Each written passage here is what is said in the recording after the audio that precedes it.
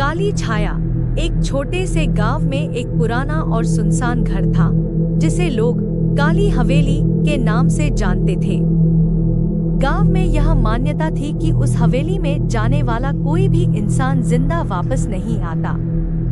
वर्षों से यह हवेली वीरान पड़ी थी और शाम ढलने के बाद वहां जाने की हिम्मत कोई नहीं करता था। राजू, एक युवा और साहसी लड़का जो भूत प्रेत की कहानियों पर यकीन नहीं करता था, गांव की उन कहानियों को महज अफवाह मानता था।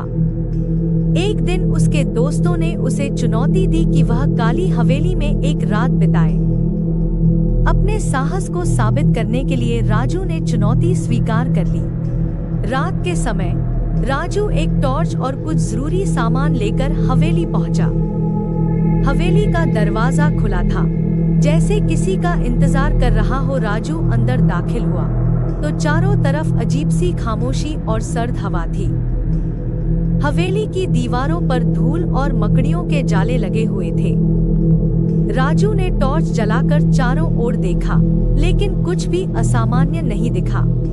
वह एक कमरे में बैठकर अपनी किताब पढ़ने लगा, लेकिन थोड़ी देर बाद उसे ऐसा महसूस हुआ कि कोई उसकी निगरानी कर रहा है। अचानक कमरे का दरवाजा अपने आप जोर से बंद हो गया। राजू ने सोचा कि यह हवा का असर होगा, लेकिन फिर उसे एक अजीब सी फुसफुसाहट सुनाई दी। वह तुरंत खड़ा हुआ और इधर-उधर देखने लगा, लेकिन वहां कोई नहीं था।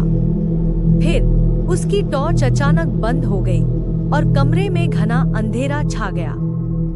तभी उसे एक परछाई दिखी जो धीरे-धीरे उसकी तरफ बढ़ रही थी। राजू का दिल तेजी से धड़कने लगा। उसने महसूस किया कि वह परछाई उसकी अपनी नहीं थी।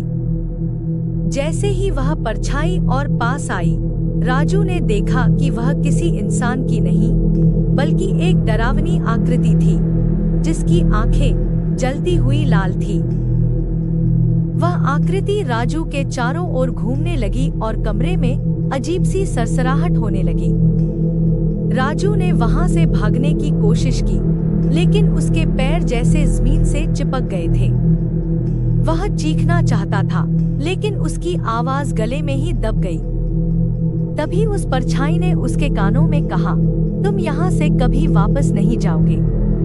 अगली सुबह गांव वाले राजू को ढूंढने निकले। काली हवेली का दरवाजा खुला था, लेकिन अंदर राजू का कोई निशान नहीं था। वहां सिर्फ उसकी किताब पड़ी थी और हवेली की दीवारों पर एक नई परछाई उभर आई थी जो बिल्कुल राजू जैसी लग रही थी। उस दिन के बाद गांव वालों ने काली हवेली की कहानियों पर और भी ज्यादा यकीन करना शुरू कर दिया और कोई भी उस हवेली के पास जाने की हिम्मत नहीं करता था। राजू का नाम भी अब हवेली के रहस्यों में दफन हो चुका था। कहानी का संदेश: कभी कभी हमारे सामने जो अंधविश्वास होते हैं वे महज कहानियां नहीं, बल्कि हकीकत भी हो सकते हैं।